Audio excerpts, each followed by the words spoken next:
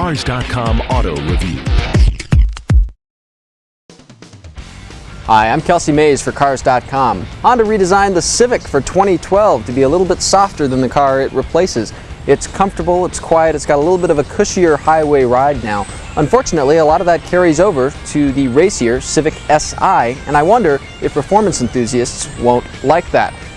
We cover the new Civic's styling and interior cargo area in another video, so be sure to check that out on Cars.com. Here we're going to talk about what sets the Si apart and cover how it drives.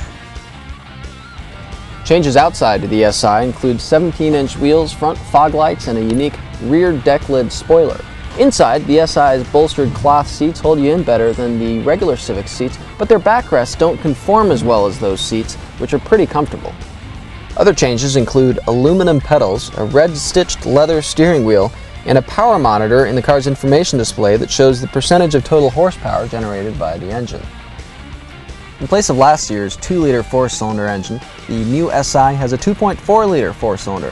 Horsepower climbs to 201 from 197 in last year's Civic Si, and the engine tops out around 7,000 RPM. Last year's Civic Si topped out around 8. The 2.4 isn't as fun to kind of wind out to its highest revs as the old 2-liter was.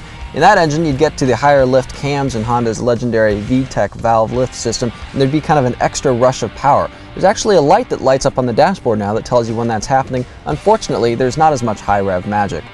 The torque changes a lot. It's now up to 170 pounds-feet at a lower RPM than before. That's up 31 pound-feet of torque from the old 2-liter Civic Si. What that means is around town you have a lot more power moving off the line. You've got more highway passing power too.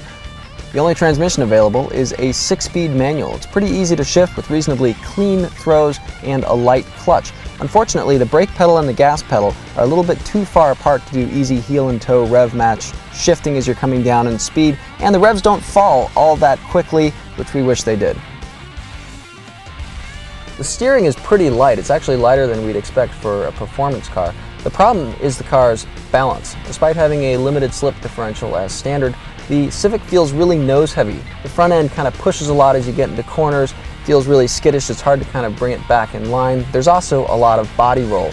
As far as good things, the brakes have a nice solid feel. There's a linear pedal here, easy to stop the car. There's also decent ride quality for what this is. It sops up bumps okay, could do a little bit better isolating the cabin on the highway, but overall not a bad setup there.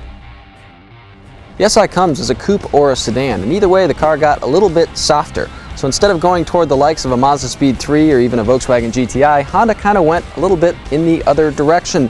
The Civic Si works as a quicker Civic that's still comfortable, but its merely average reflexes might have a few performance enthusiasts wanting more.